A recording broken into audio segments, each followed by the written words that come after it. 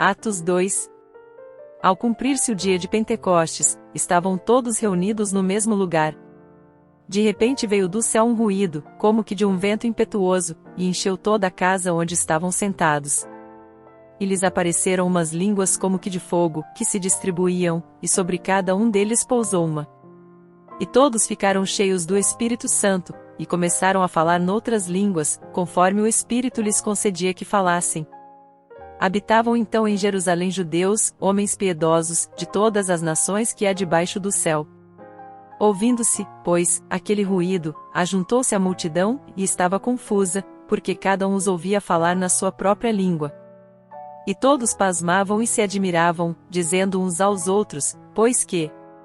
Não são galileus todos esses que estão falando? Como é, pois, que os ouvimos falar cada um na própria língua em que nascemos? Nós, partos, medos, e elamitas, e os que habitamos a Mesopotâmia, a Judéia e a Capadócia, o Ponto e a Ásia, a Frígia e a Panfilha, o Egito e as partes da Líbia próximas a Cirene, e forasteiros romanos, tanto judeus como prosélitos, cretenses e árabes ouvimo-los em nossas línguas, falar das grandezas de Deus. E todos pasmavam e estavam perplexos, dizendo uns aos outros, que quer dizer isto? E outros, zombando, diziam, estão cheios de mosto. Então Pedro, pondo-se em pé com os 11, levantou a voz e disse-lhes, varões judeus e todos os que habitais em Jerusalém, seja-vos isto notório, e escutai as minhas palavras. Pois estes homens não estão embriagados, como vós pensais, visto que é apenas a 3ª hora do dia. Mas isto é o que foi dito pelo profeta Joel, e acontecerá nos últimos dias, diz o Senhor, que derramarei do meu espírito sobre toda a carne, e os vossos filhos e as vossas filhas profetizarão, os vossos mancebos terão visões, os vossos anciãos terão sonhos, e sobre os meus servos e sobre as minhas servas derramarei do meu espírito naqueles dias, e eles profetizarão. E mostrarei prodígios em cima no céu, e sinais embaixo na terra, sangue, fogo e vapor de fumaça. O sol se converterá em trevas, e a lua em sangue, antes que venha o grande e glorioso dia do Senhor. E acontecerá que todo aquele que invocar o nome do Senhor será salvo.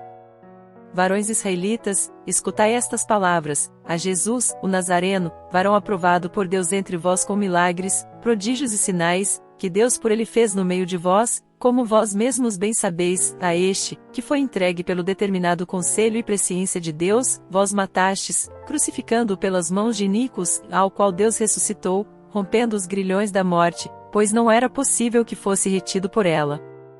Porque dele fala Davi, sempre via diante de mim o Senhor, porque está à minha direita, para que eu não seja abalado, por isso se alegrou meu coração, e a minha língua exultou, e além disso a minha carne há de repousar em esperança, pois não deixarás a minha alma no inferno, nem permitirás que o teu santo veja a corrupção, fizeste-me conhecer os caminhos da vida, encher-me-as de alegria na tua presença.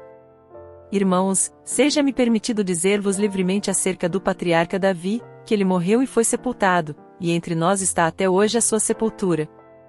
Sendo, pois, ele profeta, e sabendo que Deus lhe havia prometido com juramento que faria sentar sobre o seu trono um dos seus descendentes, prevendo isto, Davi falou da ressurreição de Cristo, que a sua alma não foi deixada no inferno, nem a sua carne viu a corrupção.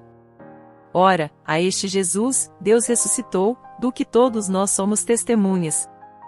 De sorte que, exaltado pela destra de Deus, e tendo recebido do Pai a promessa do Espírito Santo, derramou isto que vós agora vedes e ouvis.